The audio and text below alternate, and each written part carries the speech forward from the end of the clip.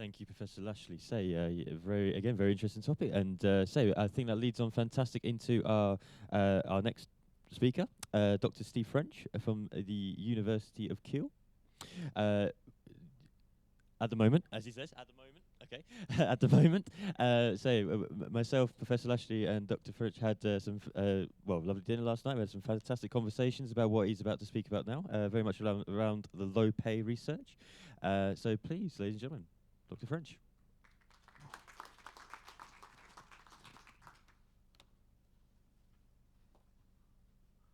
Okay, I'm afraid it's a little bit more about Britain in this session. And I'm going to mention the B word, Brexit, quite a lot. Because I think it's really important to see the direction of global capitalism. Britain is an island that's drifting away from Europe, but actually the hotbed of neoliberal capitalism within Europe. And the sort of situation that's been created around the path to modern slavery in Britain is something we need to be aware of so that we don't repeat it. And hopefully in Britain we can stop it as well. I'm going to focus very much like Professor Andros and Eileen this morning on the notion of labour exploitation. But rather than go into a lot of detail down into cases, I'm going to try and show, following on from Conrad, the process by which we move into a situation where slavery is possible. So the morning's presentations were absolutely fantastic at saying what's going on and what's happening. Now we need to know why it's happening. I'm going to put forward a debate around the race to the bottom as a way of explaining how in neoliberal states you get a creation of conditions where modern slavery is a natural response to the management of labour. I will then argue that the British hospitality sector is rife and ripe for this precisely because of its characteristics, and then say how Brexit is going to make things, can it be possible, worse. And it's going to get worse before it gets worse, as we say, in Britain. So that's 20 minutes worth, I think. Okay, I'm very glad this morning they came out with many examples, because sometimes if you have too many numbers, you forget what the actual stories are. So the stories this morning were absolutely fantastic. Here's another one, a case of trafficking, paying a huge amount of money up front before, so you're already in debt, then being in a situation where you arrive in a country as an undocumented migrant and then have to move at the whim of a trafficker, end up in a remote place, the only labourer, and then don't get any money and can't send anything home. So that's the situation of labour exploitation, and the crucial thing is this worker is undocumented. So were they to complain, there's always the fear not only will this be exposed, but they will lose their job and their legal status to be in the country because they don't have the rights. In Britain, we have a Modern Slavery Act, as was mentioned this morning, and we have two reporting mechanisms under that.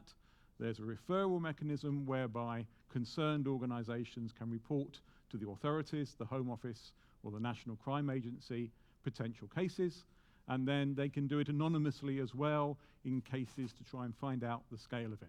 Now, in Britain we have, unfortunately, far too few people involved in inspectorate of any way. So this is a tiny piece of probably what is a much larger iceberg, but you can see a third of the cases roughly that have been identified are labour exploitation. So this is clearly an issue for Britain. Of these, we find out that about 70%, when investigated further, are good cause, and then 30% actually lead to some sort of prosecution. The second thing to say is that modern slavery is linked very closely to the process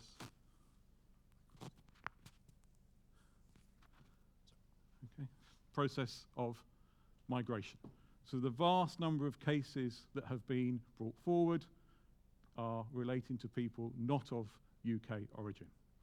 108 countries have been affected in this, showing the global trafficking process, and a large number of those are European Union citizens or EAA citizens who actually have the right to remain but are still in the process of being exploited. Some tables. This just shows you we have the organ harvesting going on in Britain as well. Probably much more than that. but Albania, Vietnam, Nigeria, China, Romania, Poland, these are some of the countries where we get these cases from. You know, quite frightening statistics, especially if we think that they're massively underreporting what actually is going on. And again, over the 3-year period, the larger number of European and then non-European migrants within that. So we have this important thing to say, there is something going on here about the process of globalization, the role of migration, and what the title of my speech is, pay. So how does this link together? What is it? And the argument has been put forward as part of this neoliberal race to the bottom. So how do we explain that? Well, crucially, we have an architecture of the international economy which allows free movement of capital, which wasn't the case in the post-war regulated capital system, to allow investments to flush across the world, allow money to be hidden and move around, and deregulation to allow this to happen.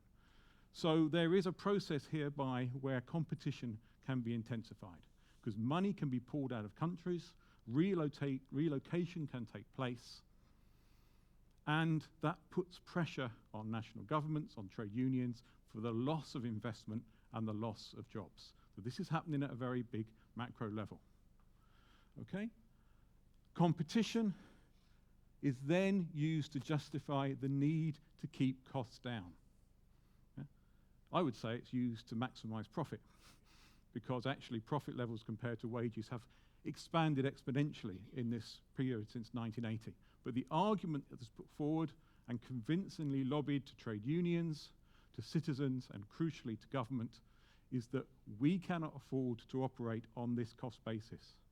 We need to have a more flexible labour market. We need to be able to reduce our costs so that we can compete in this global environment. What does that mean? The pressure then is applied on policymakers, on legislative. Deregulate. Come up with weaker, deregulated labour market conditions. What does that mean?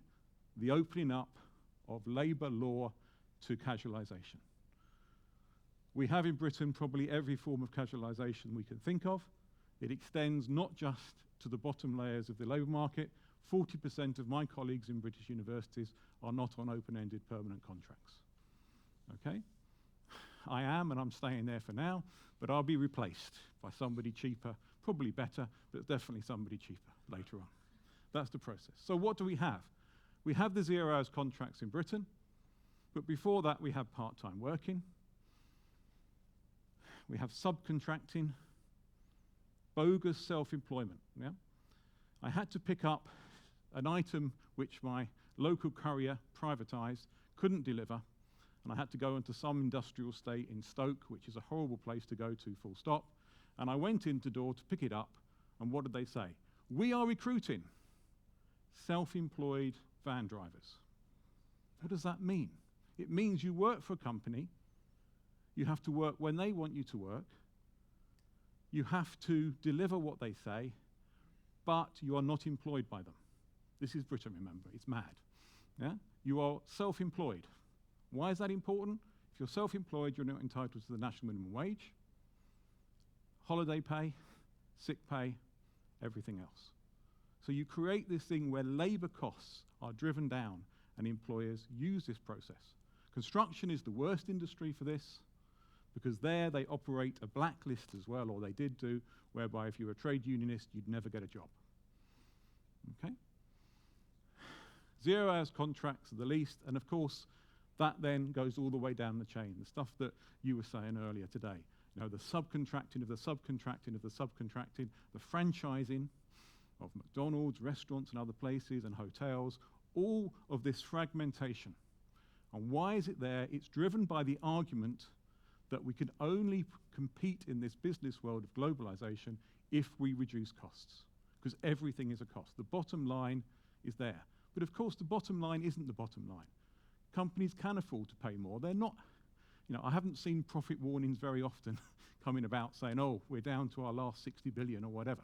Profits are being made, but the argument has been convincingly won through the media, governments listen to it, that actually you cannot compete unless these costs are reduced.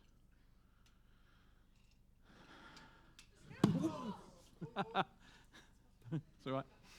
I didn't touch that. Yes.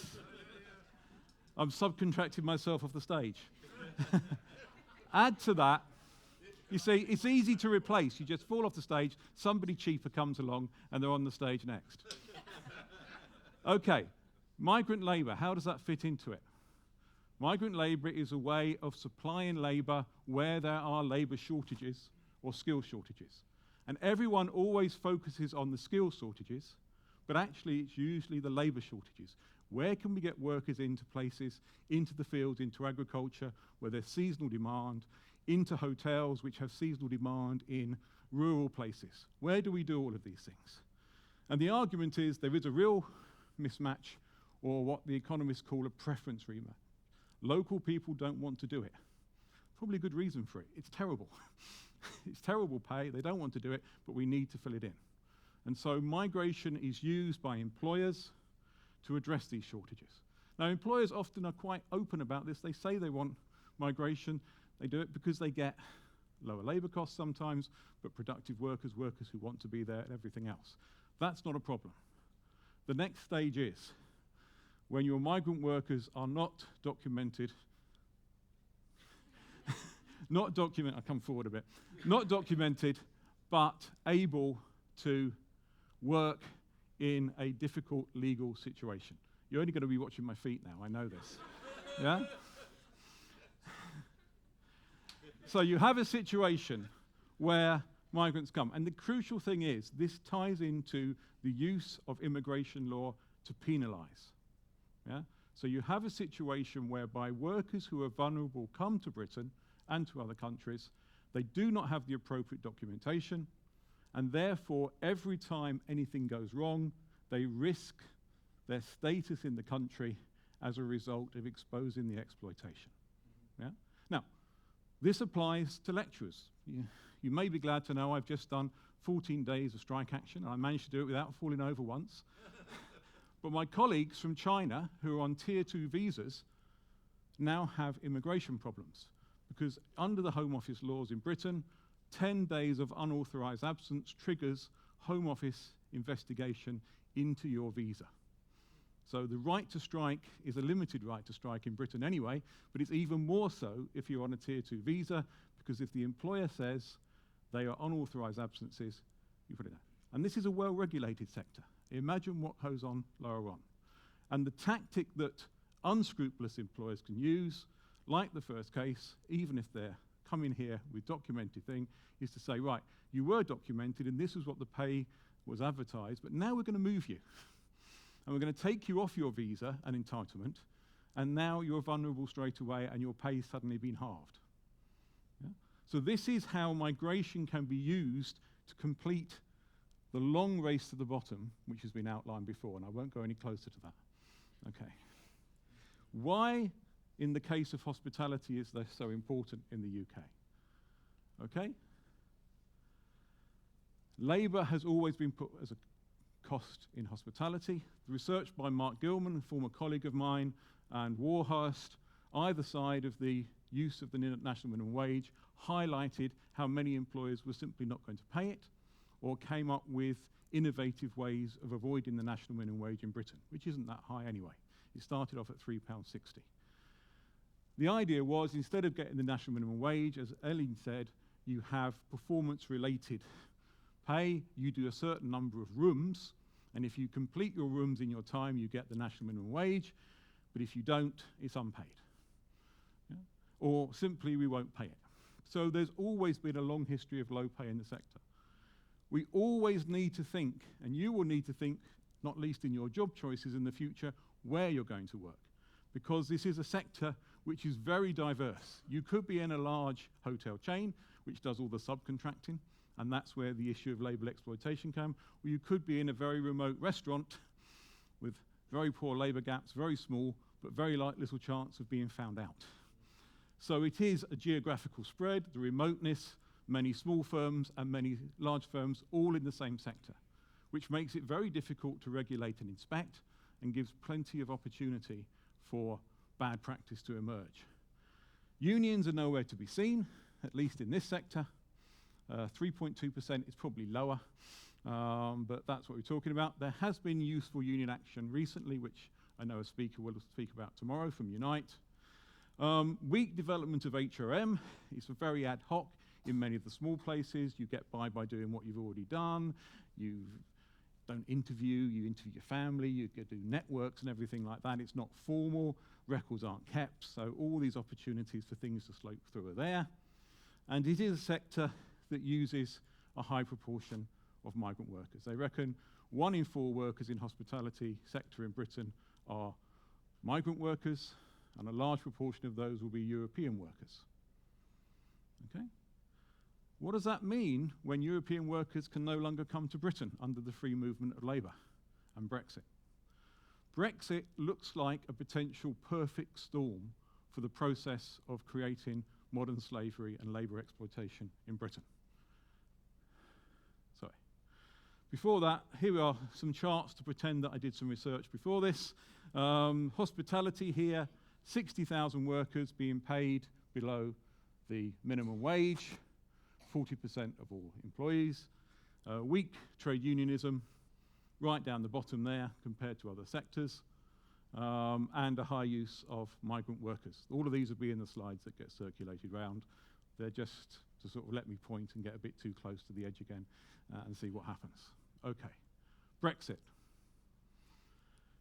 The UK hospitality sector is one of the fastest growing sectors in Britain. We don't have any industry anymore, so we have to grow somewhere, and we grow mainly through hospitality. It's grown 79%. Now, this is work by KPMG, which was on behalf of the British Hotel Association. So, at the moment, we have historically low levels of unemployment in Britain. Now, much of that is hidden in underemployment, but there are problems of matching jobs to skill and labour shortages. If you then say you've got a sector which is expanding, where the national supply of labour is not going to go up, and where one of your suppliers of labour, East European workers, are not going to be allowed to come, you've got a problem. Yeah? It is reckoned, whatever the madness of the new immigration system that the British Home Office come up with, and it will be mad, that it's going to focus very much on skilled workers. Yeah? That the bottom tiers, they won't be the replacement of jobs that have been done by Eastern European workers, mainly, despite their higher qualifications, at the low end of the labour market. So there's going to be a demand for low-skilled work and no potential supply. Yeah? Now, you'll know better than me, this is a relatively labour or highly labour-intensive industry. Yeah? You can't offshore a hotel. Come to this wonderful part of the Netherlands and stay in a hotel in Ipswich, in Britain. You can't do it. It's got to be located where it is. The scope for automation, the scope for relocation of parts of the hotel industry is very, very limited. So you can't say, well, we get rid of the labour problem by replacing labour with automation or finding labour overseas by taking some of the functions across. What does that leave? How are we going to fill this gap, which we've created through our own stupidity? Vulnerable, undocumented labour. Yeah? So it's bleak. And it's very bleak under this current government, precisely because they follow all of this through. Yeah? Whatever they say about investigating these things, if the British economy can't run with undocumented labour in certain sectors, then this is going to create a huge problem. Why is it a problem? Well, because everything's in place, but none of it actually works that well. Yeah? Corporate social responsibility, fantastic if it's binding, but what about those who aren't prepared to do self-regulation? Trade union organisation, plans in the Labour Party's manifesto to reinstitute collective bargaining, to get coverage of whole sectors, but we've got to wait for 2020 for the next election. We have a Modern Slavery Act. My daughter works in an egg factory at the weekend, lucky woman she is. and they are covered by the Modern Slavery Act, and they've got the signs up on the wall, and it says, if there are any doubts here, please ring, and the number's been crossed out. Yeah?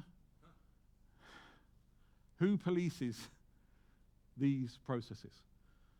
National minimum wage enforcement, very, very minor. I think there are 45 people in the whole of Britain responsible for enforcing the national minimum wage. And when they do list and name and shame the employers who have been found out, they're often hospitality employers. But there's not enough people to do that sort of enforcement. We have a gangmasters licensing agency, we have a health and safety executive, we have an Equal Qualities and Human Rights Commission. Yeah, we have the agencies in place to do the monitoring, but after 10 years of austerity, there's no one there to do it. So there's no chance. If you're a rational employer making a calculation on breaking the law, you just do a simple cost-benefit analysis. How likely am I going to be inspected? Not. So it's all right even having institutions and regulation in place, but there's got to be the political will, going back to Conrad's point, the political will to actually want to enforce these things. And this is the gap, the vacuum that's been created in Britain. Everything looks nice at the surface. We have this agency, we have this agency, we have this law, we have this commitment, we have a Modern Slavery Act, but it's all built on a massive pit underneath where everything is allowed to practice because no one's there to actually enforce it. And if you add to this our racist immigration laws, which are all about sending political messages to Daily Mail reading fascists, that Britain hasn't been overtaken by whoever it is this week, and that we are going to stop illegal immigration, and we are going to deal with this, and we're going to have targets, then even if there are potential for raising issues, people aren't going to do it for fear that the climate and the environment and the political case is going to be, I expose myself and I am deported from Britain. Or sent to a deportation centre first and then deported for Britain. The exact case that was made this morning. If you do good, you're going to actually do self-harm in the same process. It's not going to get better. The European Union framework we have is obviously going to be torn down after Brexit. They're already after certain pieces of labour legislation, one of which is the Working Time Directive, which covers things like night work, risk assessment, and working hours. If that goes, and we're back to where we were before 1993, how are we going to spot working patterns? What's going to be done? And we have austerity being used all the time to justify why this is needed. So if you were thinking of applying for a job in Britain, I hope I've answered your questions and that you will never do it again. And you may wonder why there are so many British academics that seem to be knocking around this institution, and you may have your answer from that as well. Okay, thank you.